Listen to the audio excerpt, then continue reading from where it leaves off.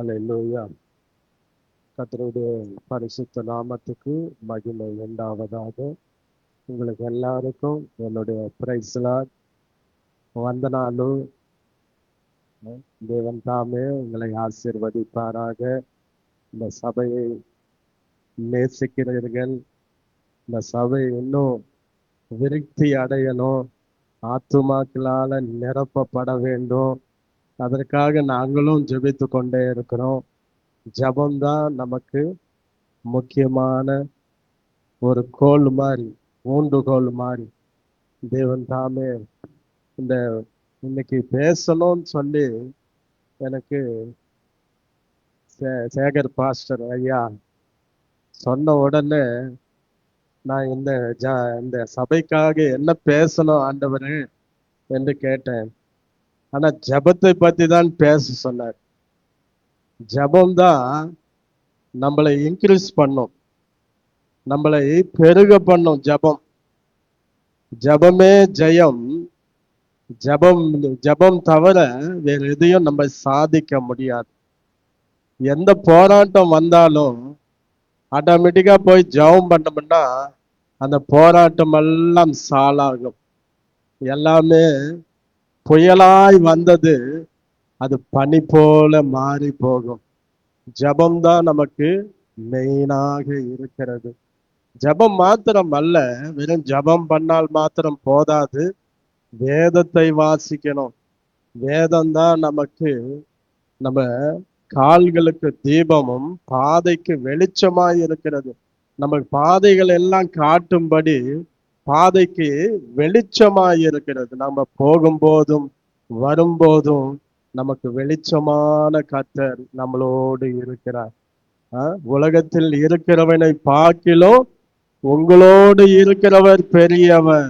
நம் தேவன் பெரியவருங்க. நமக்காக யாவையும் செய்து முடிக்கிற தேவனா இருக்கிறார். நம்ம ஒண்ணுமே இல்லை, நம்ம சொல்ல போனா ஒண்ணுமே இல்லை. ஆண்டவர் தான் இதெல்லாம் செய்து கொண்டிருக்கிறார். நமக்கு வசனத்தை சொல்லி போதனை பண்ணி கொண்டிருக்கிறார். எல்லாவற்றையும் ஆண்டவரால தான் கூடும். இது மனுஷனால கூடாத காரியம். என் தேவனால் எல்லாம் கூடும். தேவன் தாமே நம்மளை ஆசீர்வதிப்பாராக. இன்னும் இந்த சபை இன்னும் அதிகமாய் பெருகி தேவன் நாமத்தை மகிமைப்படுத்த எல்லாரும் ஜெபம் பண்ணுங்க. எல்லாரும் நாங்களும் ஜெபம் பண்ணி கொண்டே இருக்கிறோம். எப்பொழுதும் நான் காலையில 4 மணிக்கெல்லாம் எந்திரிச்சு நான் ஜெபம் பண்ணிட்டே இருப்பேன். எப்போ விழிப்பை கொடுத்தாலும் ஜெபத்துக்கு தான் நான் யூஸ் பண்ணுவேன். ஜெபம் பண்ணிட்டே இருப்பேன். என் வைஃப் சொல்லுவாங்க, என்னங்க 2 மணிக்கு போய் ஜெபம் பண்ணுங்க, டயர்ட் ஆயிடும் அப்படி இப்படின்னு சொல்லுவாங்க. டயர்ட் ஆனா கூட பரவாயில்லம்மா, நான் ஜெபிக்கணும், ஜெபம் பண்ணணும். எதற்காக எழுப்பி இருக்கிறாரோ அந்த நோக்கத்தை நம்ம நிறைவேற்ற வேண்டும். அப்படியா நம்ம ஜெபிக்க வேண்டும். ஒரு வசனத்தை வாசிக்கலாம். மத்தேயு எழுதின சுவிசேஷம், மத்தேயு 26ஆம் அதிகாரம். மத்தேயு எழுதின சுவிசேஷம் 26ஆம் அதிகாரம் 41ஆம் வசனத்தை வாசிக்கலாம். நீங்கள் சோதனைக்குட்படாதபடிக்கு விழித்திருந்து ஜெபம் பண்ணுங்கள். ஆவி உற்சாகம் உள்ளதுதான், மாம்சமோ பலவீனம் உள்ளது என்றார். போதும். ஸ்தோத்திரம் ஆண்டவரே, துதிக்கிறோம் கர்த்தாவே. இந்த வசனத்தை எனக்கு ஏன் கொடுத்தீரோ தெரியாதப்பா. ஆண்டவரே, வெறுமையான பாத்திரமாய் நான் நின்று கொண்டிருக்கிறேன். ஆண்டவரே அப்பா, இதை பிட்டு ஆண்டவரே நாங்கள் புசிக்க, எங்க சபை புசிக்க ஆண்டவரே நீ உதவி செய்யும்படியா ஜெபிக்கிறோம். உம்முடைய நாமத்தை மகிமைப்படுத்துவீராக. ஆண்டவரே அப்பா, எருமையாக்கு தேவனுடைய வசனம் வந்த போது ஆண்டவரே அப்பா அதை புசித்தான் என்று சொல்லி நாங்கள் வாசிக்கிறோம். அப்பா, நாங்கள் புசிக்கத்தக்கதாக எங்களுக்கு உதவி செய்யும். நாமத்தை மகிமைப்படுத்தும். தொடர்ந்து பாதுகாத்து கொள்ளும். இயேசுவின் நாமத்தினால் ஜெபிக்கிறோம் ஜீவனுள்ள நல்ல பிதாவே, ஆமென், ஆமென். கர்த்தருடைய பரிசுத்த நாமத்துக்கு மகிமை உண்டாவதாக. இங்க சொல்லுகிறார், நீங்கள் சோதனைக்கு உட்படாதபடிக்கு விழித்திருந்து ஜெபம் பண்ணுங்க. சோதனைக்கு உட்படாதபடிக்கு விழித்திருந்து நம்ம ஜெபிக்க வேண்டும். நம்ம ரட்சிக்கப்பட்டோம் சொன்னோம்னா எல்லாரும் ஜெப வீரர்களா இருக்க வேண்டும். நல்ல ஜெபிக்கிற மக்களா இருக்க வேண்டும். ஜெபம் பண்ண பண்ண பண்ண என்ன பண்ணுவான்னு சொன்னா, சாத்தான் இந்த இடத்த விட்டு ஓடி போவான். ஜெபம் நமக்கு முக்கியமான காரியமா இருக்கிறது. நீங்கள் சோதனைக்கு உட்படாதபடிக்கு விழித்திருந்து ஜெபம் பண்ணுங்கள். ஆவி உற்சாகம் உள்ளது, மாம்சமோ பலவீனம் உள்ளது. இங்கே சீசர்களை கூட்டிக் கொண்டு வந்து 12 பேர் சீசர்களை கூட்டிக் கொண்டு வந்து ஜெபம் பண்ணுகிறார். கெத்சேமனே தோட்டத்திலே ஜெபம் பண்ணி கொண்டிருக்கார். யாரு? இயேசுநாதர் ஜெபம் பண்ண.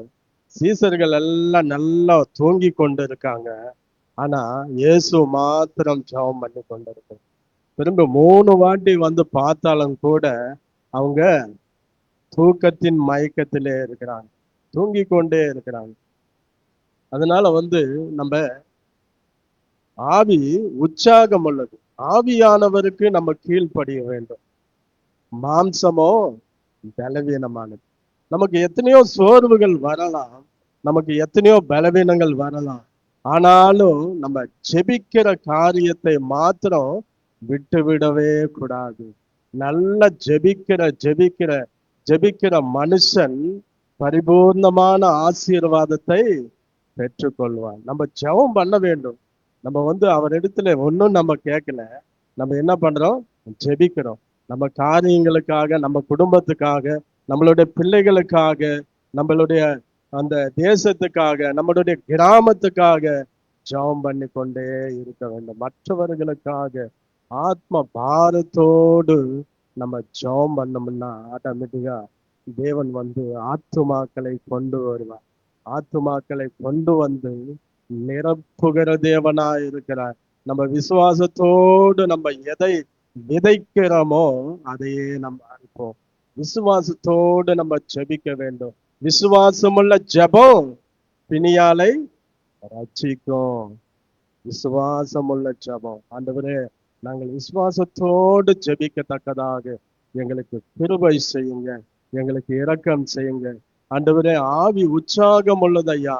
ஆவியானவரே எங்களுக்கு ஆளுகை செய்யட்டும். ஆவியானவரே எங்களை நடத்தட்டும். ஆண்டவரே, மாம்சம் ஆண்டவரே பலவீனம் உள்ளதுன்னு சொன்னீரே, மாம்சத்துக்கு நாங்கள் இடம் கொடுக்க மாட்டோம். ஆவியானவருக்கு மாத்திரம் நாங்கள் இடம் கொடுப்போம். ஆவியானவரே எங்களை ஆட்கொண்டு நடத்தும். ஆண்டவரே, ஆவியானவரே எங்களை ஆட்கொண்டு நடத்தும். ஆவியான எங்கள் அன்பு தெய்வமே, அடியோரை ஆட்கொண்டு நடத்துமே. ஆவியான எங்கள் அன்பு தெய்வமே, அடியோரை ஆட்கொண்டு நடத்துமே. ஆட்கொண்டு எங்களை அனலாக்கோ, ஆட்கொண்டு எங்களை அனலாக்கோ. அன்பினால் இன்று அலங்கரியோ, அன்பினால் இன்று அலங்கரியோ. ஆவியான எங்கள் அன்பு தெய்வமே, அடியோரை ஆட்கொண்டு நடத்துமே. ஜெபிக்க வைக்கோ எங்கள் ஜெப வீரரே, துதிக்கும் தோன்றோ துணையாளரே. ஜெபிக்க வைக்கோ எங்கள் ஜெப வீரரே, துதிக்க தோன்றோ துணையாளரே. சாத்தானின் சகல தந்திரங்களை தகர்க்கறியாவாருமையா. சாத்தானின் சகல தந்திரங்களை தகர்க்கறியாவாருமையா. ஆட்கொண்டு எங்களை அனலாக்கோ, ஆட்கொண்டு எங்களை அனலாக்கோ. அன்பினால் இன்று அலங்கரியோ, அன்பினால் இன்று அலங்கரியோ. கர்த்தருடைய பரிசுத்த நாமத்துக்கு மகிமை உண்டாவதாக. தேவன் நமக்கு என்ன சொல்லுகிறாரோ அதன்படி நம்ம ஜீவித்தோம்னு சொன்னோம்னா நம்மளை ஆசீர்வதிக்க அவர் உண்மையுள்ள தேவனா இருக்கிறார். அதனால இன்னொரு வசனத்தை மாத்திரம் நம்ம படிக்கலாம். சங்கீத புஸ்தகம் 119 சங்கீதம்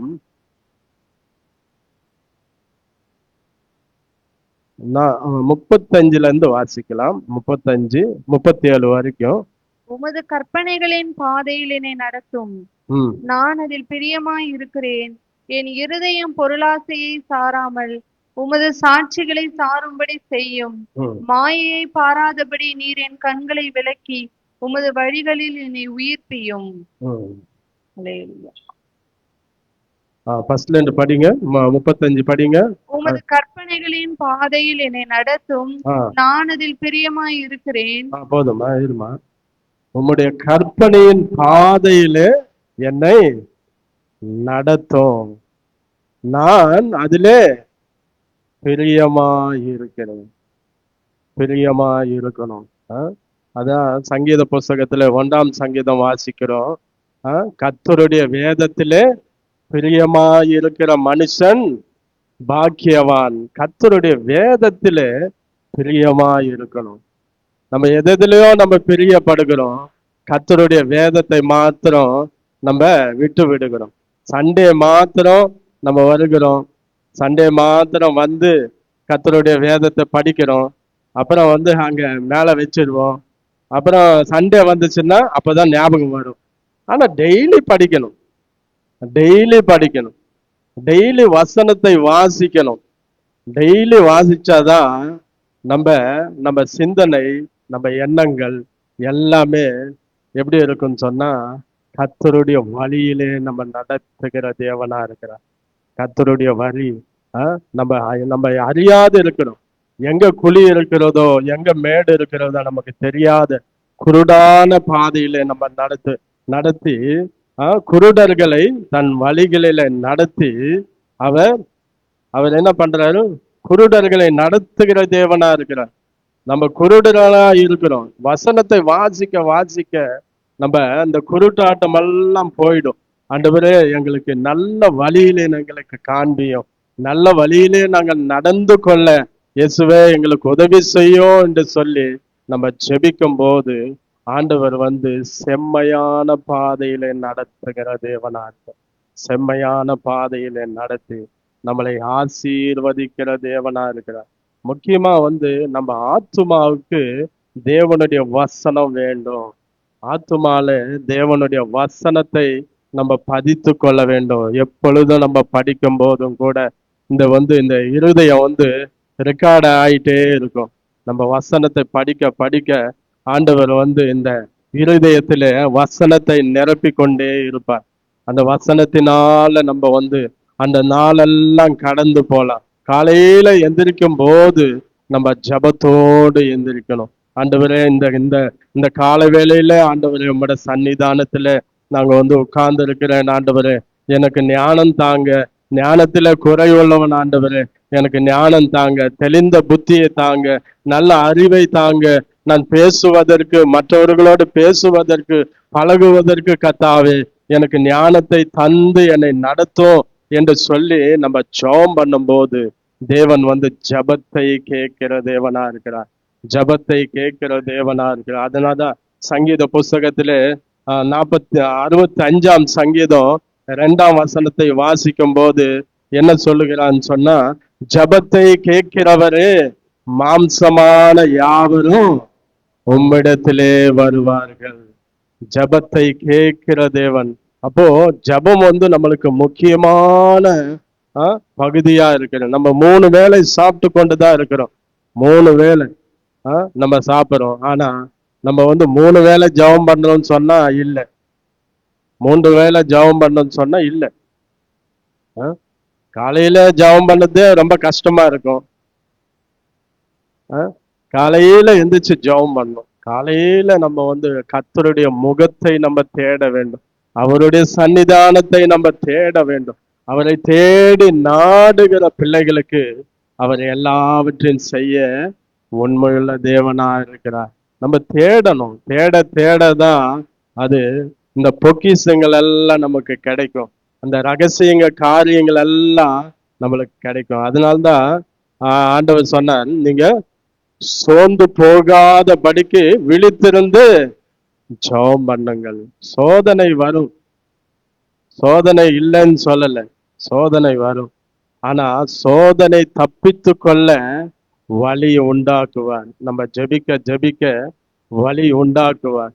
நம்ம சோதனையிலிருந்து தப்பித்து கொள்ளலாம்.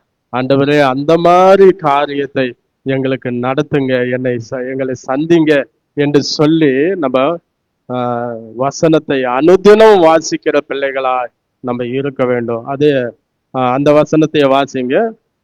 119 சங்கீதம் 35, 36. கற்பனைகளின் பாதையில் என்னை நடத்தும், நான் அதில் பிரியமாய் இருக்கிறேன். என் இருதயம் பொருளாசையை சாராமல் உமது சாட்சிகளை சாரும்படி செய்யும்.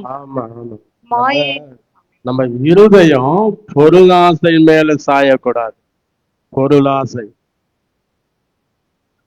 பொருளாசை மேல சாயக்கூடாது. அவருடைய சாட்சியில நம்ம உம்முடைய சாட்சிகள் சாரும்படி செய்யும். அவருடைய சாட்சியில நம்ம சார்ந்து இருக்க வேண்டும். அவருடைய சித்தத்தை தான் நம்ம செய்ய வேண்டும். நம்ம பொருளாசையினால நிரம்பப்படக்கூடாது. இந்த காலத்துல, இந்த கடைசி காலத்துல ஜெபம் ரொம்ப கம்மி ஆயிப்போச்சு, ரொம்ப கம்மி ஆயிப்போச்சு. ஜெபம் பண்ணுங்களான்னு சொன்னா எல்லாம் ஒரு பேச்சுக்காக, ஆமா பிரதர் ஜெபம் பண்ணேன், எங்க பிரைசல் எல்லாம் சொல்லுவாங்க. நான் பிரைசல் நடத்தி கொண்டு இருக்கிறேன். பிரைசல்ல சொல்லுவாங்க, காலையில எந்திரிச்சு ஜெபம் பண்றேன் அப்படின்னு சொல்லி. வெறும் பேச்சுக்காக.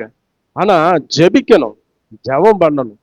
இப்ப பார்த்தா வீட்டுல எல்லாம் பார்த்தா ரொம்ப கஷ்டம், ரொம்ப தொல்லை இதெல்லாம் வருதுன்னு சொன்னா நம்ம ஜெபிக்கிறது இல்லை. நல்லா ஜெபம் பண்ணணும். அதையெல்லாம் நம்ம மேற்கொள்ள வேண்டும். பிசாசுனுடைய தந்திரங்கள், பிசாசு எப்போ சோதிப்பானோ சொல்ல முடியாது. அதனால அவன் கிரஜிக்கிற சிங்கம் போல எவனை விழுங்கலாம் என்று சொல்லி வகை தேடி சுற்றி திரிகிறார். வகை தேடி சுற்றி. ஜெபம் இல்லைன்னா அந்த வலையில நம்ம மாட்டிக்கொள்ளுவோம். ஜெபம் வேணும். ஜெபித்ததான் ஜெயம் உண்டு. ஜெபம் பண்ண வேண்டும். ஆண்டவரே, எங்களுக்கு ஜெபாவி தாங்க, இன்னும் ஜெபிக்கணும் ஆண்டவரே. அதிகமாய் நாங்கள் ஜெபிக்கணும். அதிகமாய் நாங்கள் ஆண்டவரே உபவாசம் போட்டு ஆண்டவரே எங்கள் குறைகள் எல்லாம் ஆண்டவரே நீக்கும்படியாய் ஆண்டவரே எங்களுக்கு உதவி செய்யுங்க. உபவாசத்தினால நாங்கள் ஜெபம் பண்ணுவோம் ஆண்டவரே. அப்பா, அதிகமா எங்கள் குடும்பத்துக்காக ஜெபிக்கிறோம் ஆண்டவரே. அதிகமா எங்களுடைய பிள்ளைகளுக்காக ஜெபம் பண்ணுவோம். அதனால்தான் இயேசுநாதர் சொன்னார், எனக்காக நீங்க அழ வேண்டாம், உங்களுக்காகவும் உங்க பிள்ளைகளுக்காகவும் அழணும். அப்போ ஜப அறைக்குள்ள போனாதான் கண்ணீர் வரும். ஜப அறைக்குள்ள போய் ஜெபம் பண்ணணும். ஜெபம் பண்ண கண்ணீரா கொட்டும். ஒரு பாட்டு ஒண்ணு நான் பாடிக்கிட்டே இருப்பேன். ஒரு அன்னைக்கு உபவாசம் போட்டு ஜெபம் பண்ணிட்டு அந்த பாட்டு பாட பாட பாட என்ன அறியாமலே கண்ணீர் கொட்டிட்டே இருக்கு. அந்த பாட்டு அவ்வளோ இதா இருந்துச்சு. அந்த பாட்டு அப்படியே எனக்குள்ள ஆவியானவர் எனக்குள்ள அவ்வளோ கிரியை செய்தார். ரொம்ப பாடி பாடி பாடி பாடி அழுது நான் ஜெபம் பண்ணி திரும்பி பசங்களுக்கு நான் வசனத்தை சொல்லுவேன். சொல்லும்போது ஆவியானவர் நடத்துற கிரியை ரொம்ப ஆச்சரியமான காரியம், ரொம்ப ஆச்சரியமா நடத்துறார். அதனால நம்ம ஜெபம் பண்ணோம். ஒவ்வொருவரும் ஜெபம் பண்ணணும். இன்னும் நமக்கு நாங்க ஜெபம் பண்ணி தான் இருக்கோம் பிரதர் அப்படின்னு சொன்னீங்கன்னா இன்னும் ஜெபம் பண்ணுங்க. இன்னும் அதிகமா ஜெபம் பண்ணுங்க. இன்னும் அதிகமா ஜெபிக்கணும்.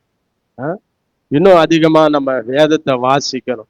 ஆண்டவரே, இது தவிர எங்களுக்கு வேற எதையும் இல்லை ஆண்டவரே, இன்னும் நாங்கள் ஜெபிக்கத்தக்கதாக எங்களுக்கு உதவி செய்யுங்க என்று சொல்லி நம்ம ஜெபம் பண்ண வேண்டும். சங்கீத புஸ்தகத்துல 109 சங்கீதம் வாசிக்கலாம். 2ஆம் வசனத்திலிருந்து வாசிங்க. 4 வசனம். துன்மார்க்கனுடைய வாயும் ஆ, கபட்டு வாயும் ம், எனக்கு விரோதமாய் திறந்திருக்கிறது.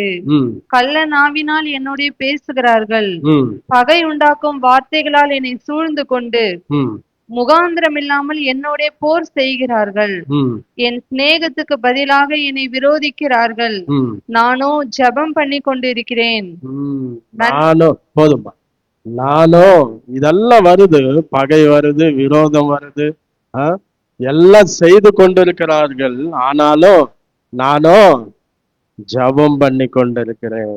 ஜெபம் பண்ணி பாருங்க, ஆண்டவர் வந்து இதை விடுதலை ஆக்குவார். எங்களுக்கு வந்து நாங்க வந்து வீடு கட்டாததுக்கு முன்னே நம்ம வாடகைக்கு வீட்டுக்கு போகணும்னு சொல்லி எல்லா வீடும் போய் விசாரிச்சு பார்த்தா எல்லாம் வந்து ரொம்ப வாடகை, 16,000 ரூபாய் 20,000 ரூபான்னு சொல்றாங்க. எல்லா வீடும் தேடி தேடி தேடி பார்த்தாச்சு. அப்புறம் இந்த கனியாபுரத்திலே ஒரு வீடு இருந்தது. சரி, அவங்களுக்கு ஃபோன் பண்ணி போனோம். போன உடனே நானும் என் பையன் போனோம். போன உடனே அந்த அம்மா சொன்னாங்க, இவரா, இவரு எனக்கு தெரியுமே, இவர் நல்ல மனுஷனாச்சே. எப்படிதான் கண்டுபிடிச்சாங்க எனக்கு தெரியாது. அவங்க இந்து. ஆனா இவரா, இவர் நல்ல மனுஷனாச்சே அப்படின்னாங்க. சரிம்மா, வாடகைக்கு வேணுமா, சரி பாருங்க பிரதர் அப்படின்னு சொல்லி சாவி எல்லாம் கொடுத்து பார்த்தோம்.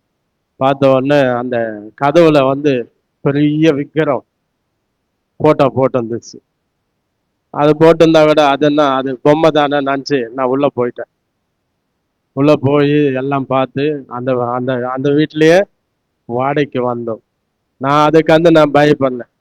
ஆ, அது அந்த விக்கிரம் இருக்கிறது அப்படின்னு சொல்லி சரி மூடிடலான்னு பார்த்தேன். அப்புறம் வந்து அவங்களுக்கு விரோதமான காரியம் நம்ம ஏன் செய்யணும்? ஆண்டவர் நம்மளோட இருக்கிறார், அது போதும். இதெல்லாம் என்ன பண்ண போகுது நம்மள அப்படின்னு சொல்லி நல்லா நம்ம பாஸ்டர்ஸ் எல்லாம் கூப்பிட்டு ஜெபம் பண்ணி நாங்கள் வந்தோம். வந்த உடனே அந்த அம்மா வந்து இல்லாத கண்டிஷன் எல்லாம் போட்டாங்க. தண்ணி வந்து குறைவா தான் யூஸ் பண்ணணும், கரண்ட் எல்லாம் குறைவா தான் யூஸ் பண்ணணும். வந்த உடனே இதெல்லாம் சொல்லிட்டு இருந்தாங்க. சரிம்மா சரிம்மான்னு சொல்லி அப்புறம் இது பண்ணேன். திரும்பி வந்து அந்த வீடு, எங்கள் பழைய வீடு இடிச்சு நாங்கள் கட்டி இது பண்ணும்போது வீட்டுக்கு வந்தேன். காலையில் போவேன், சாயங்காலம் வீட்டுக்கு வந்து குளிக்கணும். சரி, குளிக்கிறதுக்காக போனால் தண்ணி இல்லை. டேங்கில் வந்து தண்ணி வந்து அந்த அந்த அந்த அம்மா தான் மோட்டர் ஆன் பண்ணோம், அந்த வீட்டுக்கார அம்மா. நான் சொன்னேன், என் ஒய்ஃப் சொன்னாங்க, தண்ணி இல்லைங்களே போய் கேளுங்க அப்படின்னு. நான் கேட்க மாட்டேன், நான் ஆண்டவர்கிட்ட சொல்லிடுறேன் அப்படின்னு சொல்லி ஒரு 5 நிமிஷம் ஜெபம் பண்ணேன். உடனே வந்து அந்த அம்மாவே வந்து கீழே இருந்து இறங்கி வந்து கீழே வீடு, நான் மேலே இருக்கேன். அந்த மோட்டர் ஆண்ட வந்து அவங்களே சுவிட்ச் போட்டு ஆன் பண்ணாங்க. அப்புறம் 5 நிமிஷத்துல ஒரு 10 நிமிஷத்துல நான் தண்ணி வந்தது. பாருங்க, ஜபத்தை கேட்கிற தேவன். நம்ம இருதயத்துல என்ன நம்ம வந்து கேட்டிருந்தோம்னா சண்டையும் வந்திருக்கும். நான் கேட்கல, நான் கம்முன்னு இருந்துட்டேன். ஆண்டவரே நீயே பார்த்துக்க, ஆண்டவரே நீ தான் உதவி செய்யணும் அப்படின்னு சொன்ன உடனே அந்த அம்மாவே எல்லாம் வந்து மோட்டர் எல்லாம் போட்டு இது பண்ணாங்க. நல்லா ஆவி, நம்ம நம்ம போற இடத்துல நம்ம இதெல்லாம் கற்றுக்கணும். எங்க வைஃப் சொல்லுது, கேளுங்க கேளுங்கன்னு சொல்லு. கேட்டா என்ன ஆகும்? நான் தான் சொன்னேன், ஃபர்ஸ்டே சொன்னேன், தண்ணி எல்லாம் குறைவே தான் யூஸ் பண்ணணும் அப்படின்னு சொல்லும். நம்ம ஏன் கோவம் கோவம் இல்லாம என்ன பண்ணது? ஜெபம் பண்ணா முடிஞ்சு போச்சு. ஜெபம் பண்ணா அவங்க இருதயங்களை மாற்றுகிற தேவன், அவங்க இருதயங்களை மாற்றுகிற தேவன். ஆட்டோமேட்டிக்கா வந்து அந்த சுவிட்சாண்ட வந்து கை போட்டது பாத்தீங்களா? அது ஆச்சரியமான காரியம். ஒவ்வொன்றும் நான் சொல்ல முடியும், ஒவ்வொரு சாட்சியம் நாங்க சொல்ல முடியும். ஆனாலும் எங்களுக்கு கரண்ட் இல்லை, எங்க வீட்டுக்கு கரண்ட் இல்லாம போனது. ஆனாலும் அந்த கரண்ட் வாங்குறதுக்கு இந்த அப்போ ஜெயலலிதா ஆட்சி இருந்தாங்க. அவங்க சொன்னாங்க அப்ரூவ்டு இருக்கணும், பட்டா அப்ரூவ்டு இருக்கணும். எங்க பட்டா இல்லை, ஒன்றும் இல்லை, அப்ரூவ்டும் கூட இல்லை. ஆனா நாங்க ஜெபம் பண்ணிட்டே இருந்தோம். கடைசியில என்ன ஆச்சுன்னா அந்த அம்மாவே ஆட்சி விட்டு இறங்கிட்டாங்க. எதனாலன்னு சொன்னா மதமாற்ற சட்டம் கொண்டு வந்தாங்க. கொண்டு வந்து இது பண்ணும்போது அவங்க வந்து ஏதோ போராட்டம் பண்ணி அந்த ஆட்சியே கவிழ்க்க பார்த்தது. அப்போ திமுக ஆட்சி வந்தது. திமுகக்கு ஆட்சி வந்த உடனே நான் வந்து அந்த கரண்ட்டுக்காக விண்ணப்பம் பண்ணேன். அப்போ அவங்க அவங்க தான் எதுவும் இல்லாம வெறும் வரி ரசீதை மட்டும் வைத்து நான் வந்து கரண்ட் வாங்கினேன். ஆண்டவர் பாருங்க ஆச்சரியமான காரியங்களை செய்கிறார். அதிகாரியோட தள்ளிடுவார். எதனால? ஜபத்தினால. நம்ம அதிகாரி கூட எப்படியாப்பட்ட அதிகாரி இருந்தாலும் கூட சரி, ஜபத்தினால நம்ம ஜெயம் எடுக்கலாம். ஆண்டவரே எங்களுக்கு உதவி செய்யுங்க. அதனாலதான் ஜெபம் பண்ணுங்க. எல்லா விஷயத்துக்காக சின்ன சின்ன காரியம் வந்தா கூட ஜெபம் பண்ண வேண்டும். இது என்ன சின்ன காரியம், இது என்ன சிம்பிளான காரியம், இது நானே பண்ணிக்கலாம், இல்ல இது நானே முடிக்கலாம்னு சொல்லி நம்ம நினைக்கிறோம். ஆனா சின்ன காரியத்துக்கு கூட ஜெபிக்க வேண்டும். அது பெரிய காரியமாகட்டும், அது சின்ன காரியமாகட்டும், ஜெபிக்க ஜெபிக்க தேவன் வந்து கிரியை செய்து கொண்டே இருப்பார். கிரியை செய்து கொண்டே இருப்பார். அவர் வந்து ஜபத்தை கேட்கிற தேவனா இருக்கிறார். அவர் ஜபத்தை கேட்டு நமக்கு உதவி செய்கிற தேவனா இருக்கிறார். ஜபம் அவ்வளவு நமக்கு புஷ்டியை தரும். அவ்வளவு நமக்கு வந்து ஆவிக்குரிய வளர்ச்சியை தரும். ஜபம் தான் நமக்கு முக்கியம். ஆண்டவரே, நாங்கள் ஜெபிக்க வேண்டும், நாங்கள் துதிக்க வேண்டும், நாங்கள் ஆராதிக்க வேண்டும். இது போதும் ஐயா.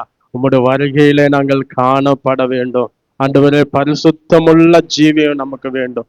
பரிசுத்தமா ஜீவிக்க வேண்டும். நம்ம ஜெபம் பண்ண மட்டும் போதாது. நம்ம வேத வசனத்தை வாசிச்சா மட்டும் போதாது. நம்ம வந்து பரிசுத்த வாழ்க்கையை நம்ம காத்து கொள்ள வேண்டும்.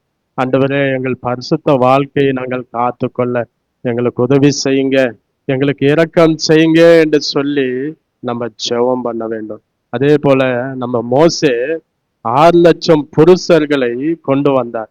ஆனா அந்த எகிப்திலிருந்து கூட்டி கொண்டு வந்தார். ஆனா இவ்வளவு கூட்டி கொண்டு வந்த மோசே என்ன, ஆண்டவர் என்ன சொன்னார்னா, அந்த மலையை பார்த்து பேசும் மோசேன்னு சொன்னார். ஆனா அவன் பேசவில்லை, மலையை பார்த்து அடித்தான். அடித்த உடனே அந்த அந்த இடத்துக்கு, அந்த கானான் ஊருக்கே போகவில்லை. வேணும்னா பார்க்கலாம், நீ அந்த இடத்துக்கு வர வேண்டாம் சொல்லிட்டார் ஆண்டவர். அந்த மாதிரி இருக்குது. அதனால வந்து நம்ம பரிசுத்தத்தை நம்ம காத்து கொள்ள வேண்டும். இந்த கடைசி காலத்துல தேவனுடைய வருகை வரப்போகிறது. நம்ம பரிசுத்தமா ஜீவிக்கிறோமா இல்லையா என்று சொல்லி பரிசுத்த வாழ்க்கையை நம்ம காத்து கொள்ளுவன். ஆண்டவரே, பரிசுத்தம் இல்லாமல் உம்மை தரிசிக்க முடியாது என்று சொல்லி வேத வசனம் சொல்லுகிறது ஐயா. எங்களுக்கு ஏற்ற பரிசுத்தத்தை எங்களுக்கு தாங்க. நாங்கள் பார்க்கிற வேலையிலும், நாங்கள் பேசுற வேலையிலும், ஆண்டவரே நாங்கள் நடக்கிற வேலையிலும், ஆண்டவரே எல்லாவற்றையும் செய்கிற காரியங்களிலும் எங்கள் பரிசுத்தத்தை நாங்கள் காத்து கொள்ள ஆண்டவரே, அந்த பரிசுத்த வாழ்க்கை எங்களுக்கு தாங்க ஆண்டவரே. ஐயா, எங்களுக்கு பரிசுத்த வாழ்க்கை தாங்க. பரிசுத்தமா ஜீவிக்க வேண்டும். உம்முடைய வருகை வரப்போகிறது கர்த்தாவே. வருகையில எத்தனை பேர் காணப்படுவோமோ என்று தெரியாதையா. ஆனாலும் ஆண்டவரே, அந்த பரிசுத்த வாழ்க்கை எங்களுக்கு தாங்க என்று சொல்லி நம்ம ஜெபிக்க வேண்டும், நம்ம ஜெபம் பண்ண வேண்டும். அது மாத்திரமல்ல, மத்திய எழுதின சுவிசேஷத்துல ஆண்டவரே சொல்லுகிறார். மத்தியோ 26ஆம் அதிகாரம் 40ஆம் வசனம் வாசிங்க. பின்பு அவர் சீஷர்களிடத்தில் வந்து அவர்கள் நித்திரை பண்ணுகிறதை கண்டு பேதுருவை நோக்கி, நீங்கள் 1 மணி நேரமாவது என்னோட கூட விழித்திருக்க கூடாதா? நீங்கள் போதும். அவர் வந்தார். பின்பு அவர் சீஷர்களிடத்தில் வந்து அவர்கள் நித்திரை பண்ணுவதை கண்டு பேதுருவை நோக்கி, நீங்கள் 1 மணி நேரமாவது என்னோடு கூட விழித்திருக்க கூடாதா? விழித்திருக்க கூடாது. ஆண்டவர் வந்து நம்மளை கேட்டாருன்னா நம்ம என்ன பதில் சொல்லுவோம்? நம்மளை வந்து காலையில வந்து கேட்டாருன்னா நம்ம என்ன பதில் சொல்ல முடியும்? நீங்க நல்லா தூங்கிட்டே இருக்கீங்க. எத்தனை மணிக்கு எழும்புறீங்களே தெரியாது.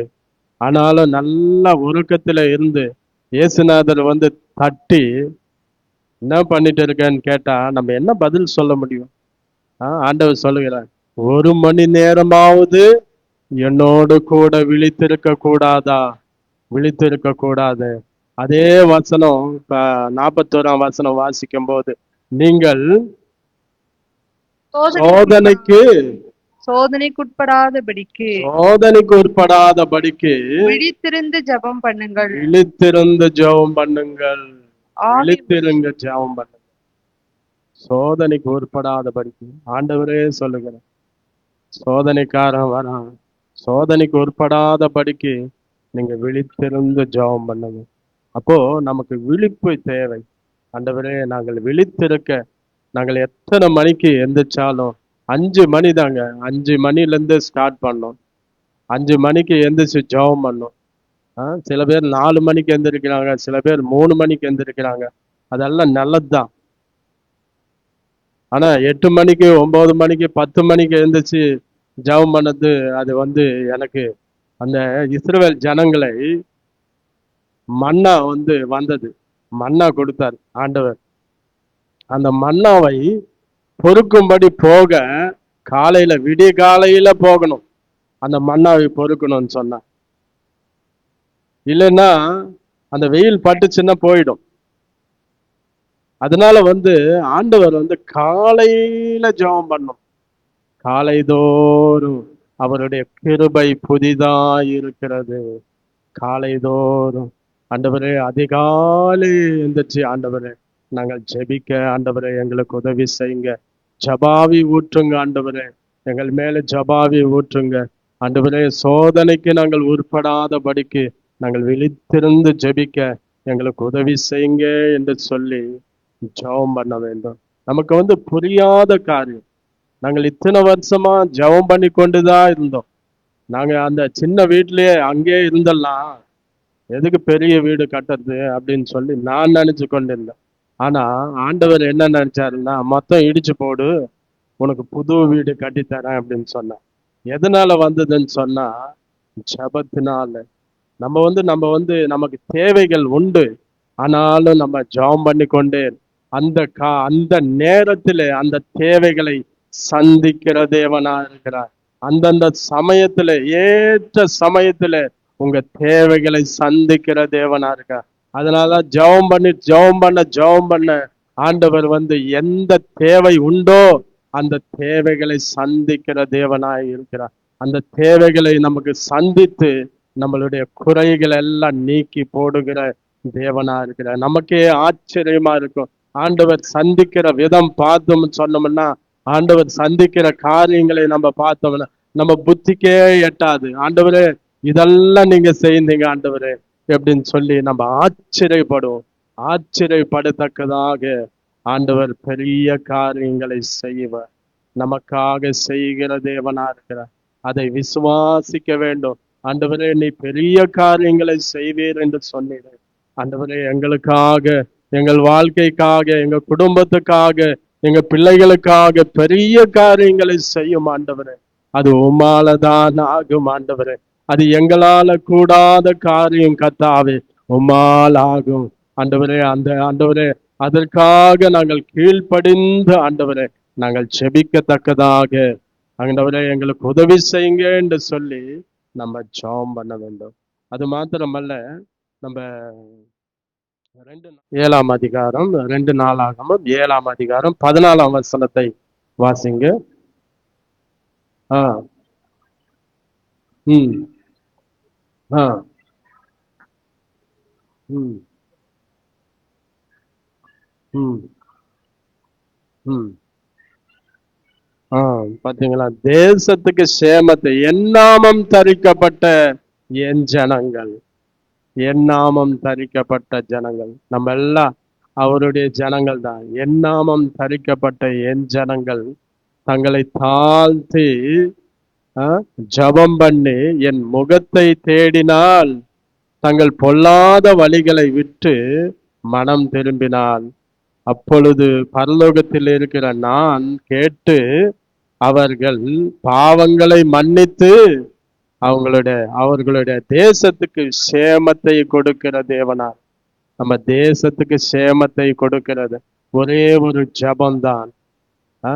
ஒரு மனுஷன் ஜெபம் பண்ணாலுமே போதுங்க, தேசத்துக்கே சேமத்தை கொடுக்கிற தேவன். நம்ம இத்தனை பேர் இருக்கிறோம், இத்தனை பேர் நம்ம ஜப நாட்களை வீணாய் போய்விடக்கூடாது.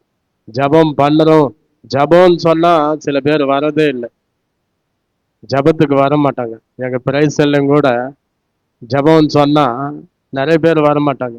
ஜபம் தானே அது, நாங்க ஜபிக்காத ஜபமா நீங்க ஜபம் பண்றீங்க அப்படின்னு சொல்லுவாங்க.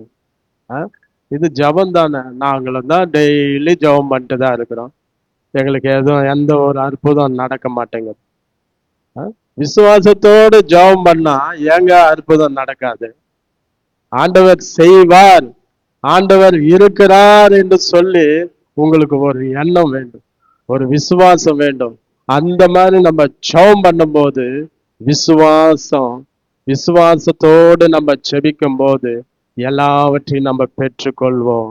ஆண்டவரே எங்களுக்கு உதவி செய்யுங்க, எங்களுக்கு உதவி செய்யுங்க, எங்கள் தேசத்துக்கு சேமத்தை தாங்க, இந்த கிராமத்துக்கு சேமத்தை தாங்க, எங்க பகுதிக்கு சேமத்தை தாங்க என்று சொல்லி அதிகமா நம்ம ஜெபிக்க வேண்டும். ஆண்டவரே ஜபாவி எங்கள் மேல் ஊற்றும் ஆண்டவரே, ஜபாவி எங்கள் மேல் ஊற்றும் ஆண்டவரே என்று சொல்லி நம்ம ஜெபம்லாம். ஹல்லேலூயா. ஜபாவி ஊற்றும் ஐயா, ஜெபிக்கணும் ஜெபிக்கணுமே, ஜபாவி ஊற்றும் ஐயா, ஜெபிக்கணும் ஜெபிக்கணுமே. ஸ்தோத்திர பலி விண்ணப்ப ஜெபம், ஸ்தோத்திர பலி விண்ணப்ப ஜெபம், என் நேரமும் நான் இருக்கணும், என் நேரமும் நான் இருக்கணும்.